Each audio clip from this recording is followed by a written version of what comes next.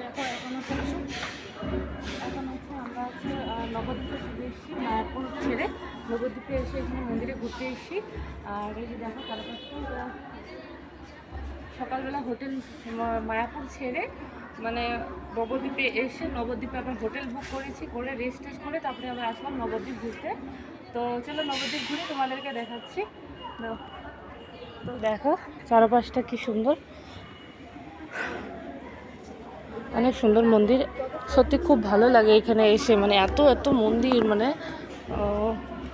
বলে বোঝানো যাবে না, এত সুন্দর সুন্দর মন্দির। জাস্ট দেখো মন্দিরগুলো অসাধারণ। দেখো কি সুন্দর তুলসীর, না বলো, অনেক সুন্দর।